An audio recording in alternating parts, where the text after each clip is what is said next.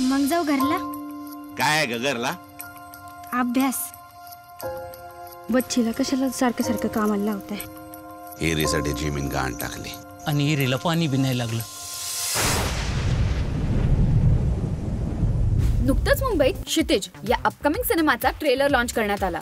सिनेमात आपल्याला बऱ्याच वेळानंतर उपेंद्र लिमय दिसणार आहेत. या सिनेमाबद्दलच्या बऱ्याच गप्पा इथे आमच्या फिल्मी गप्पा टीमने या कलाकारांसोबत मारल्या आणि सिनेमाबद्दल जाणून घेतलं.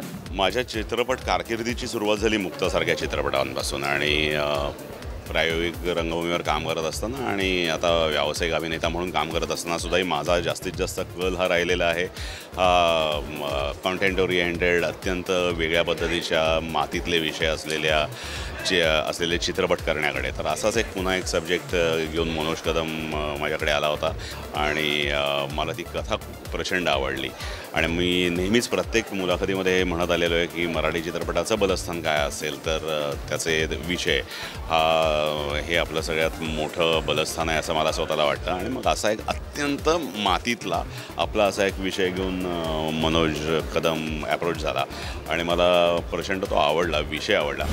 आजपासून मला शाळेत येता येणार नाही. का?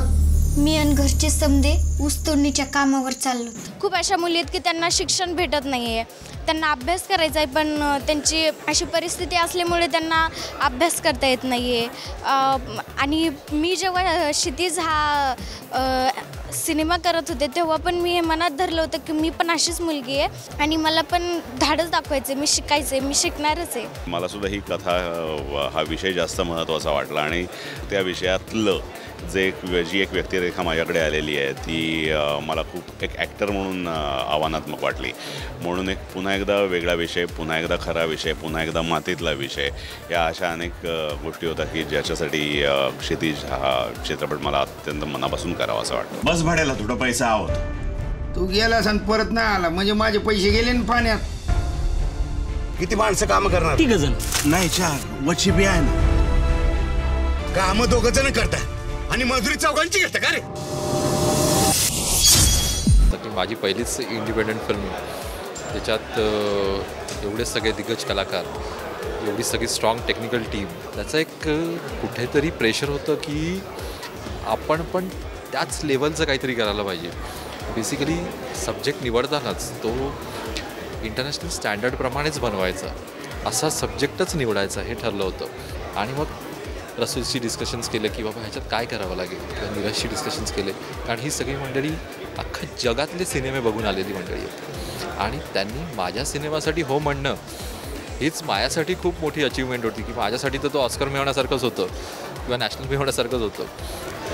आणि ही सगळी मंडळी आल्यामुळे तो प्रवास मी म्हणेन की खूपच सुखकर झाला बेसिकली आणि छान जिवंत अनुभव म्हणून आयुष्यात कायम लक्षात राहील. तर अशा सर्व गोष्टी असणारा क्षितिज आता लवकरच आपल्या भेटीला येतोय.